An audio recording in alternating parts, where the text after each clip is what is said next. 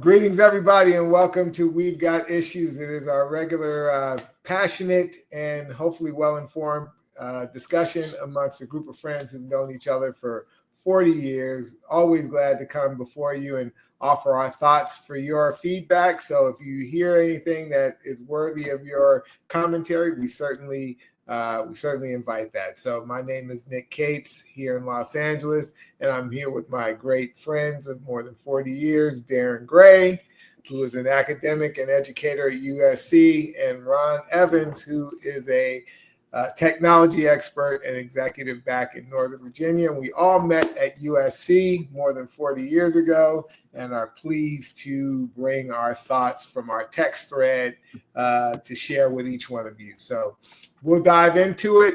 This week, I have the esteemed opportunity to bring my thoughts for the week. And my phrase of the week is, it's the stupid economy. Now, we've all heard probably the phrase, it's the economy stupid, when James Carville is famous for making that statement when talking about how to attract people when you're talking to the public about what's in their best interest when you want them to vote for you. Well, my take on my remix of that, it's the stupid economy. It has to do with the trajectory that we're on and when it comes to efficiency in the age of AI. So I have this thought, and I've been listening to people talk about AI and what the trajectory of it is and how it's going to impact workforce and all those kinds of things. But I think it's actually leading to a bigger existential issue about what it means really to be a person, what it means to be a human. And I think in our modern economy, so often we are defined by what we do, right? What kind of job we have, what kind of profession we're in, how much money we make. Well, if artificial general intelligence goes the way that it seems to be going, obviously there are going to be many people who are going to be displaced. And there's a theory of the case that says, well, when jobs are destroyed by technology, those people migrate to other jobs, and then there are new jobs that are created, that are not disrupted. But it seems to me that the trajectory that we are on is all about trying to disrupt as many jobs so that we can have more productivity as a country and maybe as a world, meaning getting more produced for less money using fewer people across the board. Like that seems to be the ethic that the stock market agrees with, big corporations agree with, and even to a certain degree, I think the public, feels like, cutting jobs and cutting, workforce and making things more efficient is in the best interest of everyone. Well, if things go the way that they seem to be going, there are going to be a lot more people who are going to be displaced and with no real place to go. And so the government is going to have to really reassess the social safety net, all kinds of things about what services the government is in the business of delivering, from universal basic income to all these different kinds of things. But let's imagine in the worst case scenario that there are just millions of people who will not be able to work for whatever reason, and they get a universal basic income. This ties back to my question about what does it mean to have purpose in life if it is not to work, or it's not in some way tied to what you do or being productive and not just being able to get money because there aren't ways of making money with whatever your labor is. So I'm just laying out kind of a groundwork of what the concern is for you, esteemed, intellectually savvy and technologically engaged friends of mine to discuss. What are your thoughts about the kind of field that I've laid out here? Darren, if you don't mind, I'll go first on this one because I was down at University of Virginia where I got my master's for an AI summit 2 Fridays ago. And it was a real interesting stat in one of the presentations They said that 94% of employees are excited about the possibilities of artificial intelligence. Not surprisingly, approximately 94% of those same people are worried about how their companies are going to use AI to displace them. And it's an amazing technology that will solve a lot of business problems. And to your point, Nick, I always come back and I chide my triple engineering degree friend, so many degrees, none of them in business. And I always quote macroeconomics when I can. And we learned at USC a productivity formula, which was productivity is equal to capital times labor times, and you put those in parens, times technology. And technology is the accelerant. Okay, so if your technology is 1.0, capital and labor is what it is, and that's what your productivity is. But if you have a force multiplier, 2.0, 3.0, call it the age of automation, the age of AI, the age of the internet, you have a multiplier effect on because of technology that increases your productivity. And what we have is exactly what you're saying, Nick. The quiet conversation that happens in small group meetings, sorry, this is my opinion, not the opinions of my employer or anyone else. What happens in small group meetings and in boardrooms is, the more AI we can introduce, the fewer call center agents we need, the fewer financial analysts we need, the fewer entry-level engineers we need, and we're going to pass on that profit to our shareholders. And that's the truth and the power of technology, and in this case, AI. It is a disruptive technology that's going to lead to a large swath of entry-level jobs going away because we don't need those low. You may have a college degree, but as we all know, when you graduate from college, you don't know anything. You're book smart. You got a piece of paper, but you don't know anything. And those jobs where you get on the ground and you learn, they're going to go away because they're going to be replaced by AI. And I'm very concerned about it, Nick. I think you're spot on. It is a disruptive technology, and it's going to lead to social conversations about UBI and things that this country is uncomfortable discussing. Got it. Darren, I'm sure you've got equal thoughts about this. Well, one interesting thing is what you described, and I'll get to the AI in a minute, what you described in terms of how do you define yourself? You get an income stream and you don't work. That's retirement, right? Because we have the same problem when you retire, right? Mm-hmm. You're getting an income stream. It's not a universal basic income stream, but you're getting an income stream and you're not working. And so when you look at the baby boomers, the Gen X's, you're going to have not just the displaced people in that boat, you're going to have a significant part of the older population in that boat as well. Like, what is my purpose? What do I do? Who am I? So it's not just unique to displaced workers. It's going to be probably the largest population of non-working people that this country has ever had in the retirement community. So it's an issue that really has to be resolved outside of the context of AI. But in terms of technology and advancement, I mean, that's always been the case, right? There are not any buggy whip operators. There aren't any operators who are doing the phone. Technology always displaces workers. It's just what happens. And the scale is larger because the country is larger. And so you will always have people losing their jobs because of technological advances. AI is just the latest version of that. In the auto industry, we had robots, automation. The longshoremen they went on strike because they were like, we don't want you to bring technology in here because you won't need us. And so they're holding the industry hostage, saying that if you bring in automation, we're not going to work. So you may have a way to take our jobs in the future, but today your ships aren't going to get offloaded. So technology is going to do that because there's no way to do that. We don't have family farms anymore because you've got machines that can do that. So this is nothing new. This is just the nature of our society.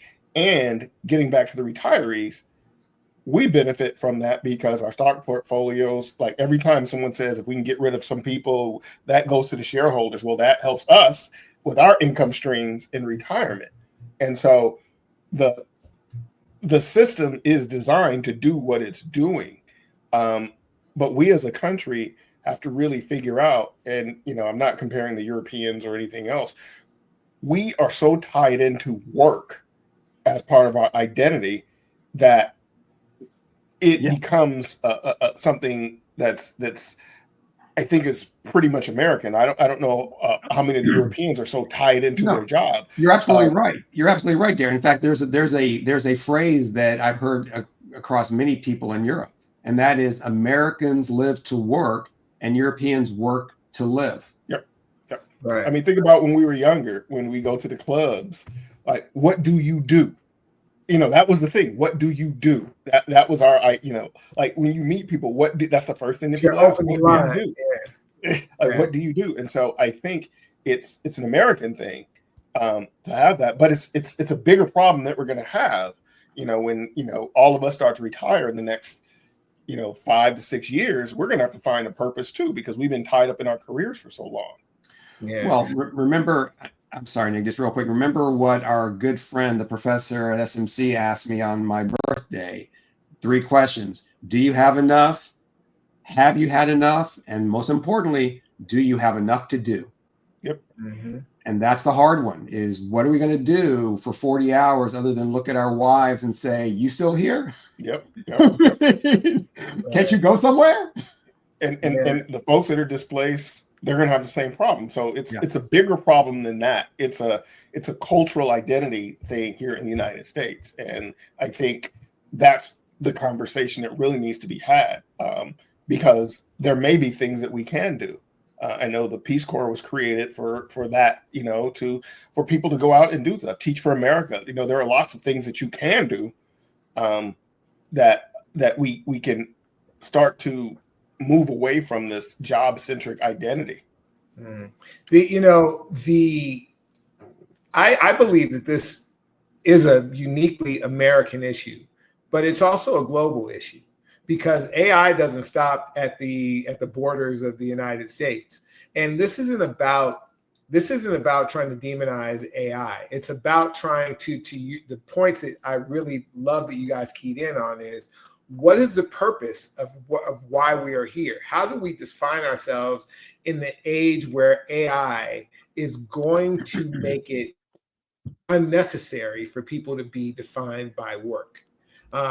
Bringing jobs back, like the whole idea of bringing, factory jobs back and whatever, like all these mythologies that we have fallen into, where somehow being an American particularly is going to be around the virtue of work. And I feel like the people, once again, we've been bamboozled by the big tech visionaries who realize from the very beginning, you take a company like Facebook, right? Who, like Mark Zuckerberg's, ethic was like, I just want to bring people together. I just want to connect everybody. Like that's the dream that is shared. But the reality behind the scenes is that it is an enormous wealth extraction machine that the people who are on the boards and the people who are at the highest levels are not concerned about the effects on the people on the users, right? AI, and I'm not against people making money. I'm not against big business, but what always happens is they sell you the dream first, and then all the negative repercussions that come from your use of it, your dependence on it, your reliance on it. AI is just going to take that to a whole new level where, yes, you're going to be able to get some benefits from AI, but the extraction that already is known that will take place will be far outstrip potentially the benefits. But imagine a country like China that has, I don't know, like 10 times the number of people that we have, or however many. They have over 1 billion people live in China, right? 4 times. We have like 300-400 million people that live here. Yeah, so like imagine the efficiencies that AI will produce in terms of factory life and things like that in China. Like, where are all those people going to go? What kind of instability does that create? Like, I mean, the ripple effects, of where we are in society. And Darren, I think both you and Ron said it really rightly. The discussion is not being had at the highest levels of people who govern these countries, America first, where like we're not even looking past the next election. You know what I mean? Like, we're not seeing clearly where this thing is going. So from a regulatory standpoint, from, just a societal standpoint, even the idea of Teach for America and the Peace Corps and all that kind of stuff, those things may be even more important because the whole world is going to be destabilized and people are going to be migrating and people are going to be like, there's all kinds of ripple effects that could happen when people don't have either work or purpose. And so we have to really start to look at what it means to have a purpose in life. You mentioned retirement. The reason why so many people keep working and often, expire soon after retirement is because they've lost that level of purpose, that reason to get up in the morning, that reason to do whatever. And unfortunately, it's been so tied to work because you got to work to eat, to live, right? But now, there's very little purpose, it seems, beyond that, because hustle culture is really taking over. So that's my diatribe about. Well, I think China is going to be different because they control technology. Like, they can decide, we're not going to let AI take over industry. We're going to make our people put the little screws on the little computers because they control it. It's not a free society. So I think. So you're saying if they had robots that could do all that stuff, they wouldn't. Well, yeah, because they think long term. They don't want their population sitting around thinking about how to overthrow the government. Mm-hmm. So their mindset again is decades and centuries ahead. We'll know. We'll see. But they know. I mean, you think about a bunch of unemployed people in China. You think about 500 or India or any of these other big countries. And so I think what will happen is when you can artificially lower the wages and the rate, you can put people to work doing a bunch of things. Like they built entire cities. You're not raising this artificially lowered wages argument, are you? That's loud wrong. I'm just saying that countries that control their population, North Korea, China, countries that they can control the economy. They can decide how much AI they will produce AI to destabilize other countries, but they're not going to let that happen in their own country because they know, they've studied this. They have created these things to destabilize. I think it was when they found some of the documents on TikTok from the Chinese military, and they talk about how you can destabilize a country through influencing their young people. Well, they know that, so they're not going to fall into the same trap as Western countries. I think it's going to impact them a little differently because the consumers on the other end won't be there, so it'll impact them in a different way. I think money always finds a way. So let's say, for example, China, purposely keeps their factory or their manufacturing sector very much human capital based, right? Mm-hmm. And other countries will say, well, gee, it could be India, it could be someplace in Africa, it could be anywhere. Say, gee, well, there's a way to make whatever they're making more cheaply, right? And we just need fewer people, and there's the technology that's available to make that happen. Why not come make your thing here as opposed to there, right? So China is using their influence in those other places. So China is buying up property and investing in Africa and all these they're using their influence to be able to control.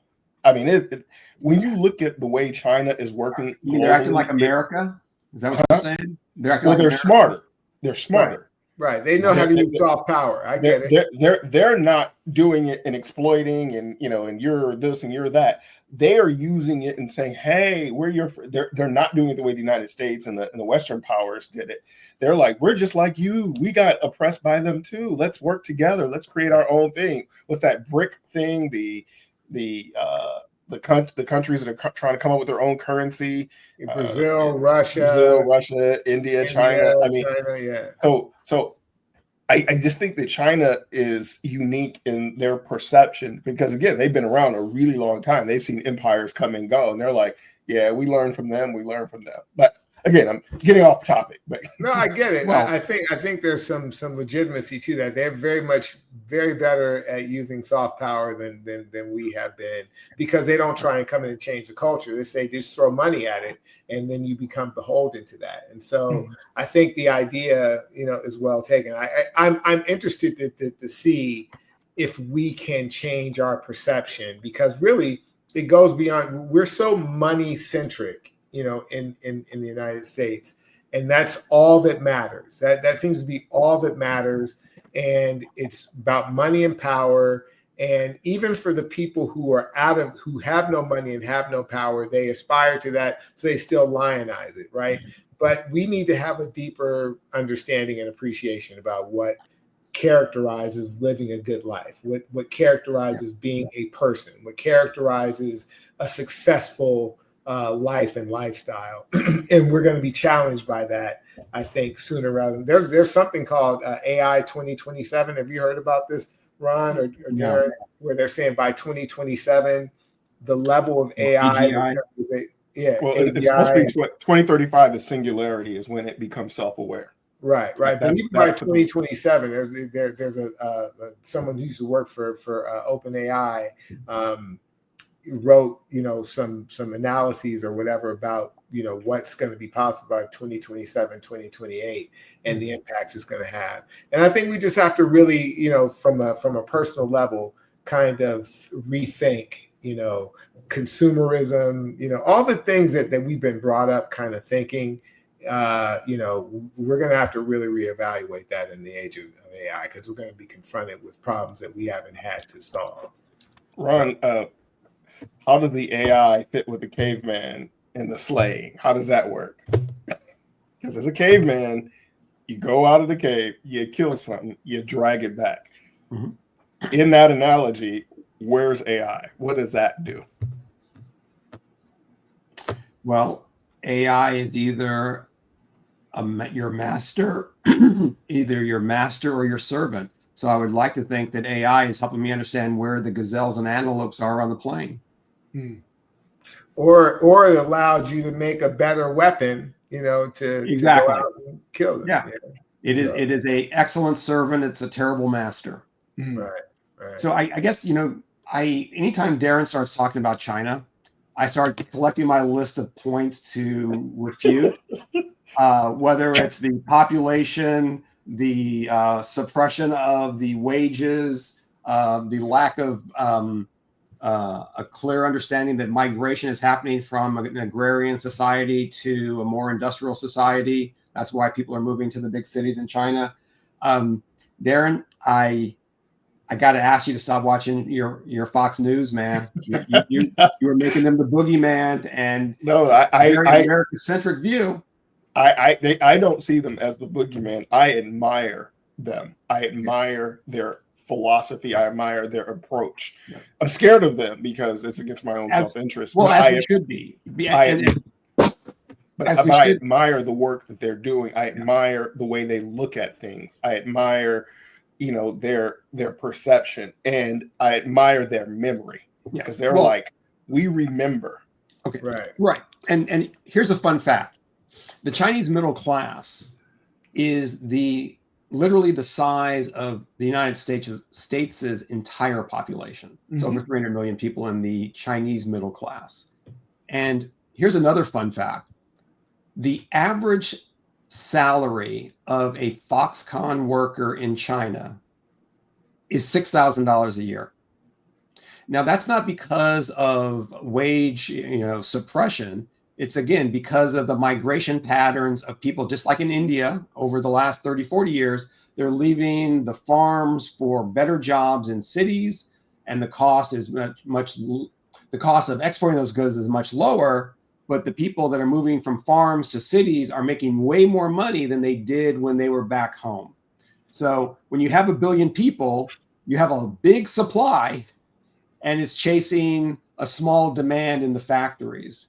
And I would say the last thing in my Chinese Chamber of Commerce rant, because that's what it feels like I'm turning into, what China has nailed is supply chain management.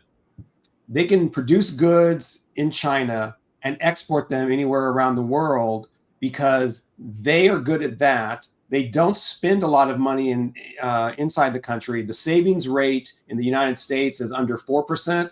The savings rate in China, I'm not positive on this, but it's north of 40%.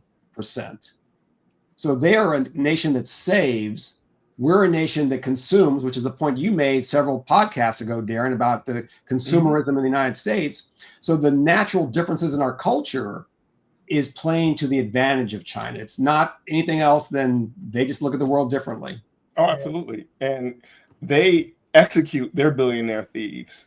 It's like they will execute. You cheat, you cheat on your taxes, you die. And so, there's not this, they don't have this love affair with the billionaire robber barons. They're like, no, see, country Darren, first. I feel like we're coming together here at the end because I will look up and I will put in the show notes. There was an interview of Bill Clinton interviewed Jack Ma, the CEO of Alibaba. And he basically touched on that. He's like, you're blaming us. Your billionaires, they bought yachts and carved out the middle class.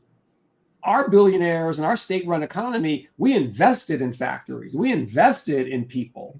Don't blame us. It's your billionaires that sold out your country. I'll find the link because it's like, dang, he ain't wrong.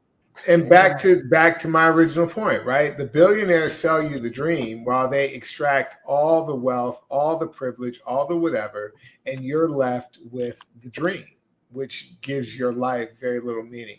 The one thing I'll say about China, and I agree, I'm completely awestruck at their ability to think long term more than anything, right? But the flaw with them too is that there is a class that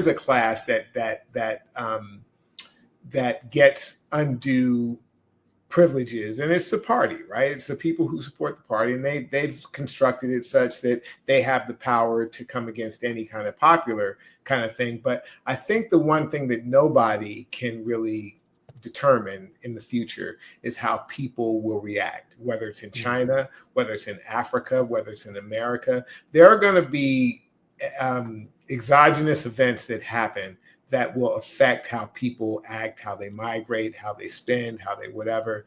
And we'll just see what happens. I'd love to think that America will be prepared for that. But I think of all the countries that we just named, the incentives for people to get into government to actually solve problems just isn't there. And so my solution is that there have to be new incentives put in place that cause people who really want to be a part of the solution to actually be a part of government and not just for their own self-interest.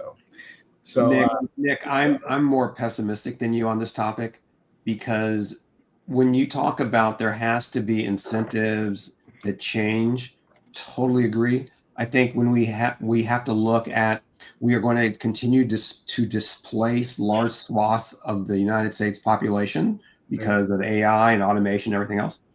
And what Europe has figured out is they pay much higher taxes, but there is a social safety net.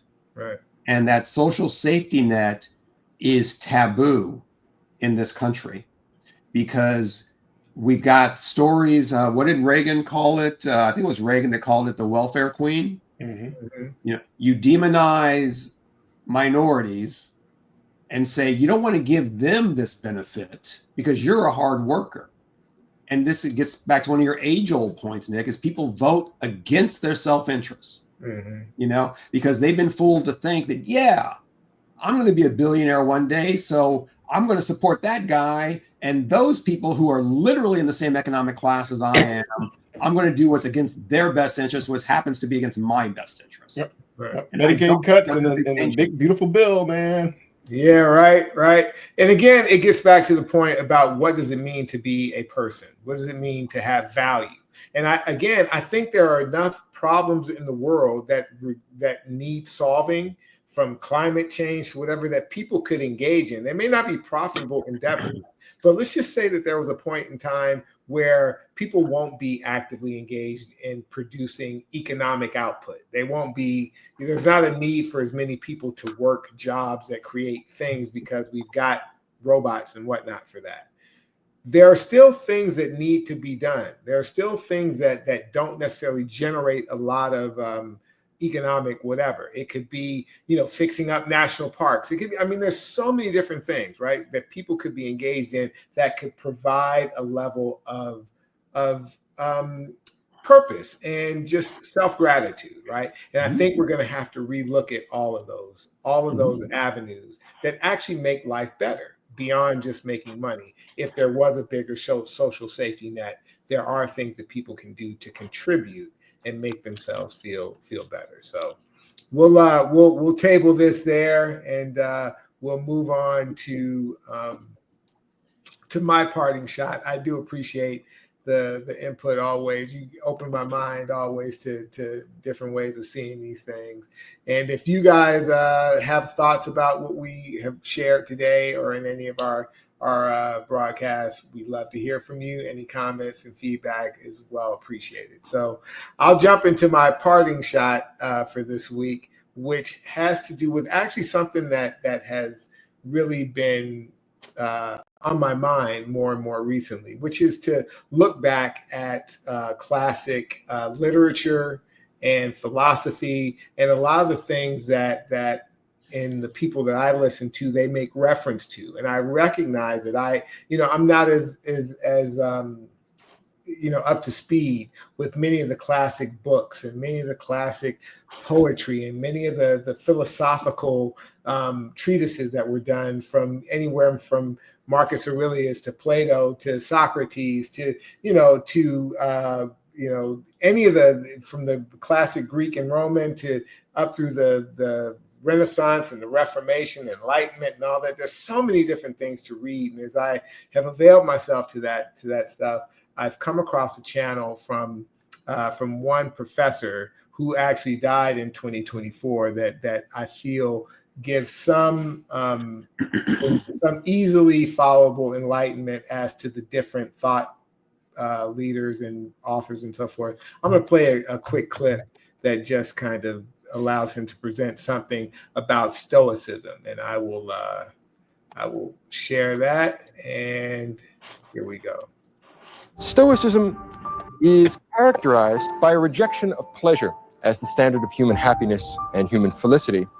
Stoicism takes the position that the wise man, the good man, the philosopher, is a man who lives in accordance with nature. He fears only abdicating his moral responsibility. He is not afraid of pain. He is not afraid of death. He is not afraid of poverty. He is not afraid of any of the vicissitudes of the human condition.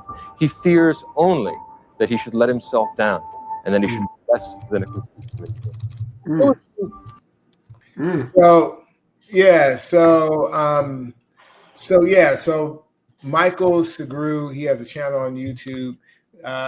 His daughter basically found a lot of his lectures because he was a professor at various universities, and a lot of his lectures were recorded. You see that one's an older one. But he talks about all the major authors, all the major philosophers, breaks down the different philosophies and stuff like that. And, to some of the stuff that we've talked about, it's very enlightening. And so in lieu of, or as I'm trying to figure out which books to read, from The Prince by Machiavelli to any of these other people, whatever, like it's just fascinating. It's fascinating to dive into that. And so I've been getting a lot of enjoyment from Michael Segru's YouTube page. So that is my parting shot. Yeah, I think I shared a couple episodes back. I've been doing a lot of the classics, Animal Farm, Brave New World, Sun Tzu, Art of War, Marcus Aurelius, Meditations, The Prince. So I've been doing a lot of that as well. It started when Ron made reference to, what is it? Some are more equal than others from Animal Farm or something like that. All animals are equal, but some are more equal than others. And so I said, you know what? Let me go back and read. And then I started to see that a lot of the cultural things that we're going through now, it's nothing new under the sun. People have written about this for forever. So good on you for going back to that. Yeah, that's true. I remember when you brought that up in previous podcasts. Maybe that's what got me going on there. But, it's so funny. I mean, when you're listening to people, whether it's Scott Galloway, I know Ron likes him, and the people that we listen to, Ezra Klein, but they have this walking around knowledge of classical, and they just mention it like it's like, I'm like, wow, I need to be up on that. So Nick, it's funny because I was literally driving our youngest daughter to have coffee and just sit down and just connect with her, and I was listening to Ezra Klein.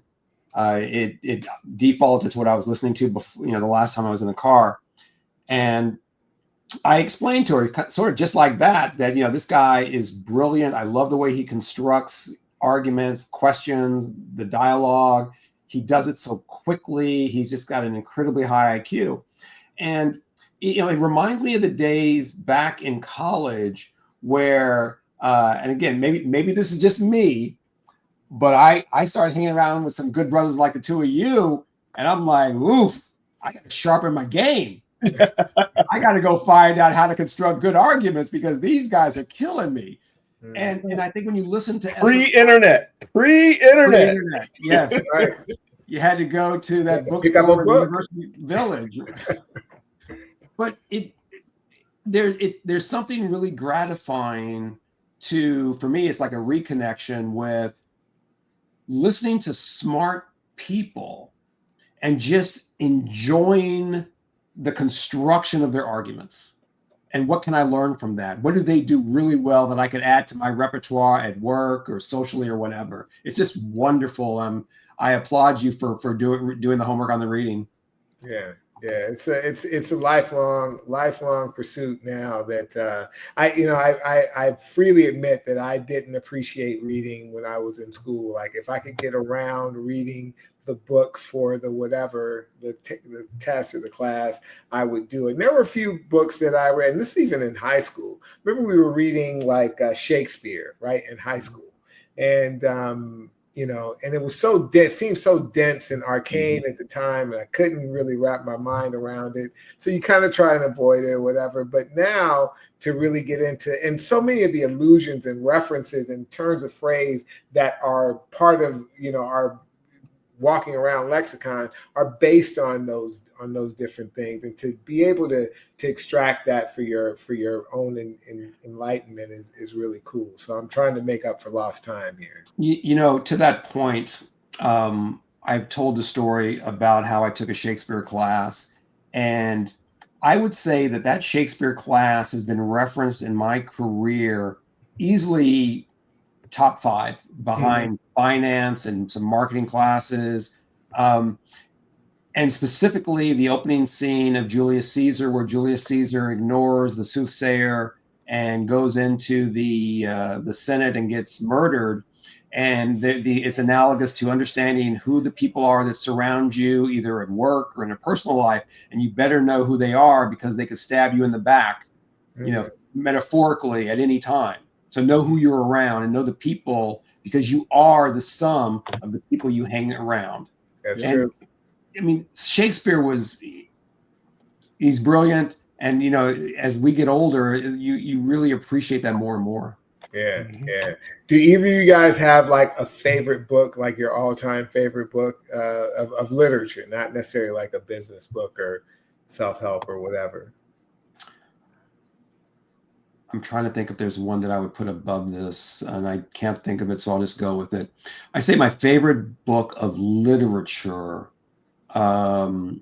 is Shakespeare's play, The Merchant of Venice, because I didn't appreciate it when I read it in class. This is when I went back to school, for those that don't know, when I was older.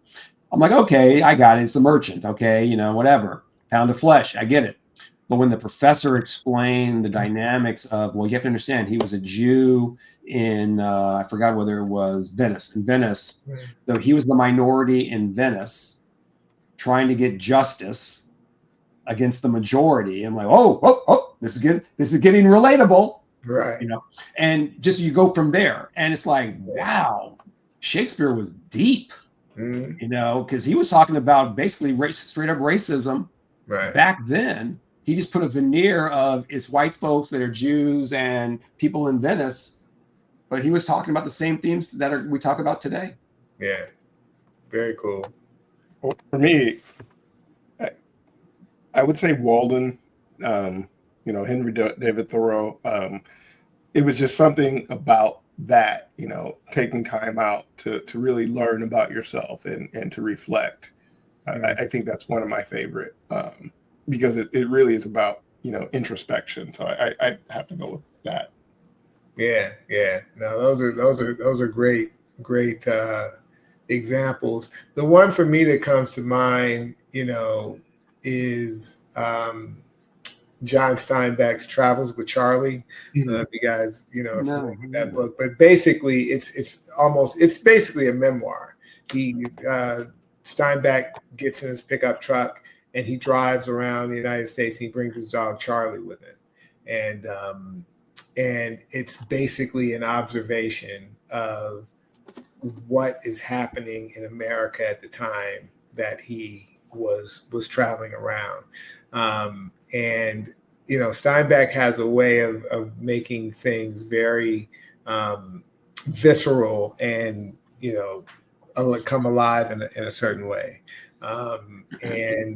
So, you know, it's probably not on most people's, you know, top whatever. But again, I'm trying to make up for lost time because a lot of the classic, like I didn't read Animal Farm. I know, Darren, that was one you mentioned. I did it as a book on tape.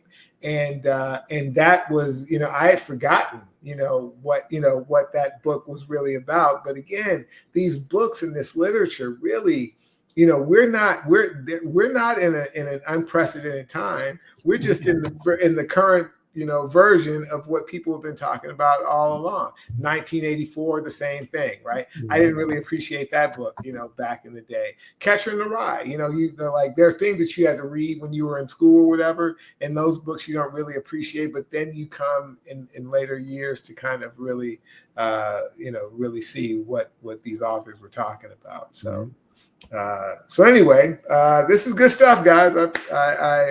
I will. Merchant of Venice. That's one I'm going to add to my list there.